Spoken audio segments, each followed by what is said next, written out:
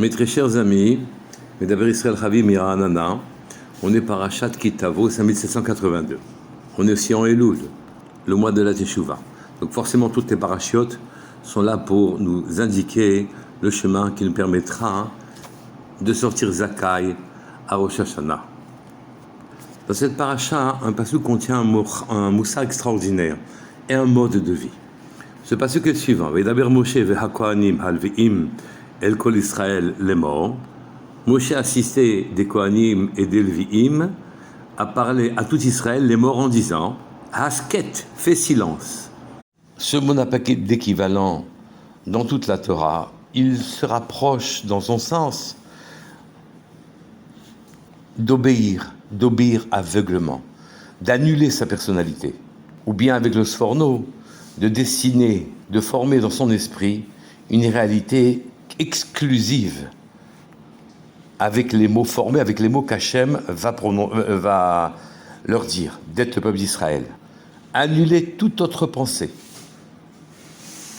Pour simplifier dans la suite, on va dire tout simplement, fais silence de tout ce que tu as en toi, de manière à avoir une disponibilité parfaite à l'ordre divin qui va suivre. Ushma Israël hayom hazeh nihiyeta le'am l'Hashem Elokecha. Fais silence et écoute Israël. Ce jour-ci, hayom hazeh nihiyeta le'am, tu es devenu un peuple, l'Hashem, pour Hachem Elokecha, ton Dieu. Si ce passage que vous n'avez pas marqué Asket, évidemment que la nouvelle est tellement importante, tout Israël aurait évidemment écouté. Maintenant, c'est le peuple de Dieu, avec toutes les conséquences que ça peut avoir dans le comportement, dans les obligations, dans le basal particulier. Asket, fais silence. Ça veut dire quoi?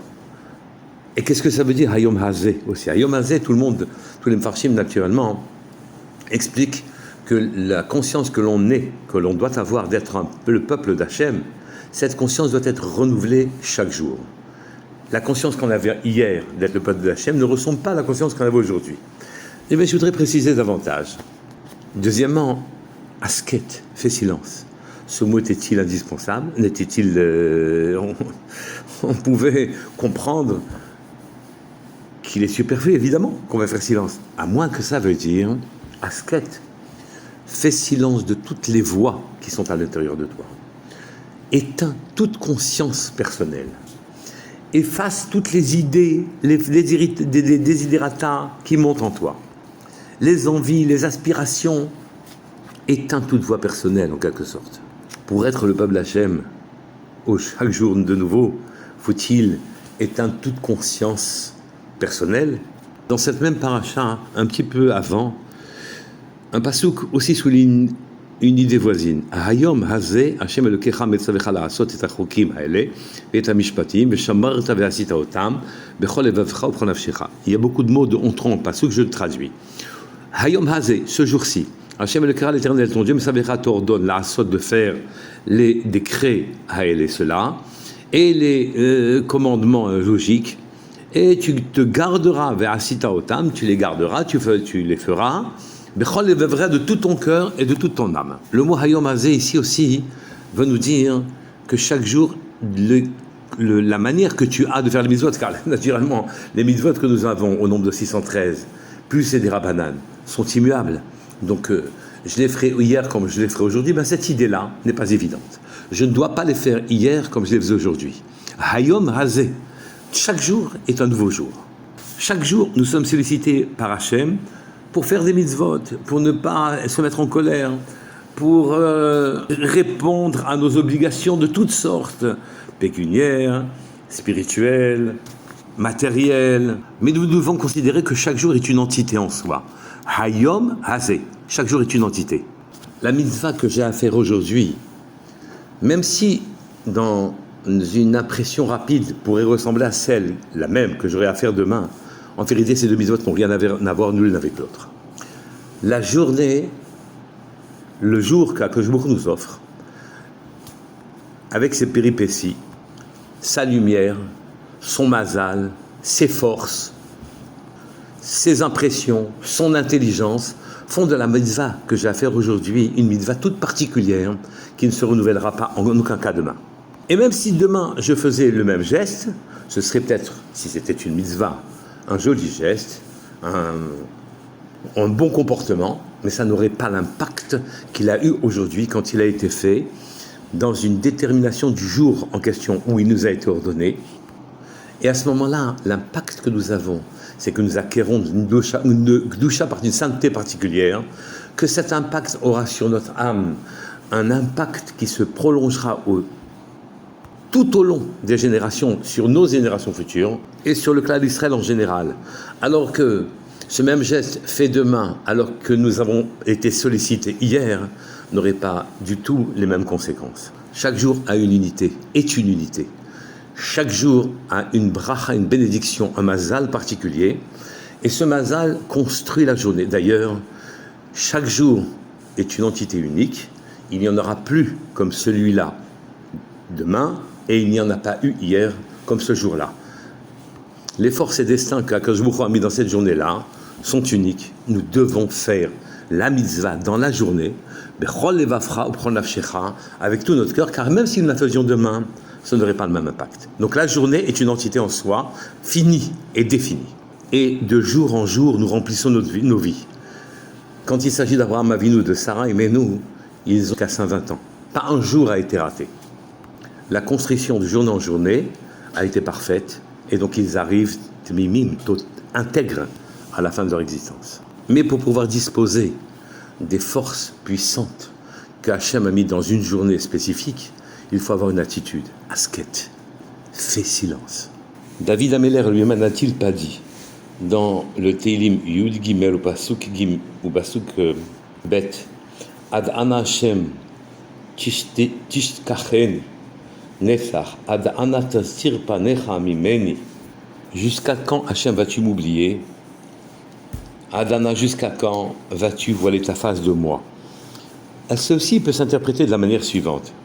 Je ne vois pas Hachem, car le voile de la matérialité est présent pour moi. Je ne sais pas effacer ma conscience, de ma conscience, tous les stratagèmes, toutes les manigances, toutes les possibilités qui s'offrent à moi. Et comme je n'arrive pas à effacer de ma conscience toutes ces choses-là, Hachem ne m'apparaît pas. Jusqu'à quand, Hachem? Vas-tu te cacher de moi?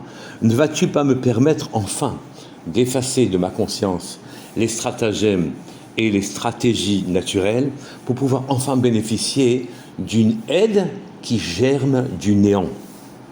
Mais Aïn Yavo Izri, du néant, c'est pas le néant en vérité, c'est du monde non visible, de ta présence imperceptible.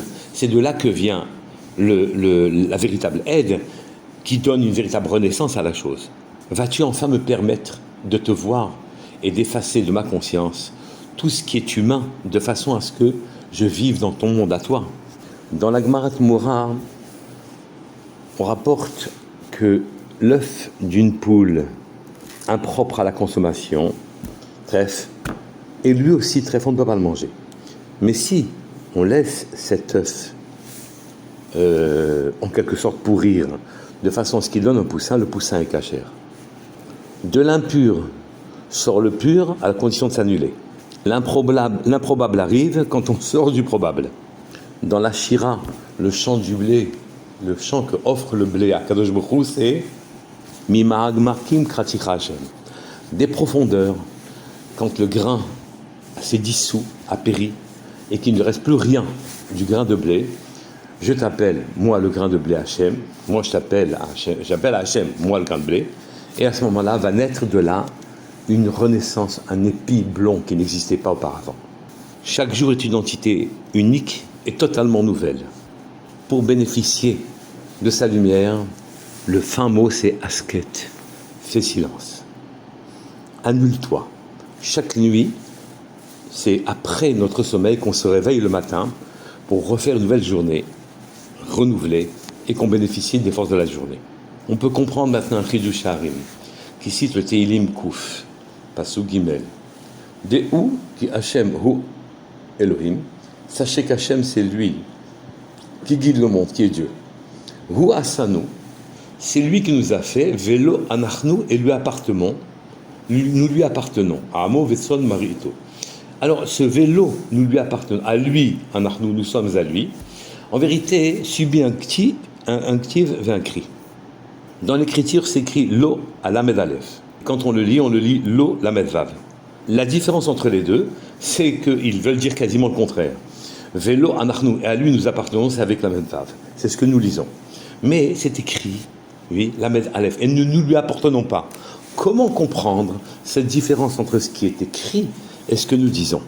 C'est seulement en décidant qu'on pourra être lo anachnu, à lui nous sommes, que si nous abdiquons de notre personnalité, oui, et que nous ne sommes plus rien, c'est l'étape précédente, celle qui nous permettra d'être à lui. On s'annule, on dort chaque nuit, ou bien après les 120 ans, c'est la résurrection qui nous font appartenir à Hachem.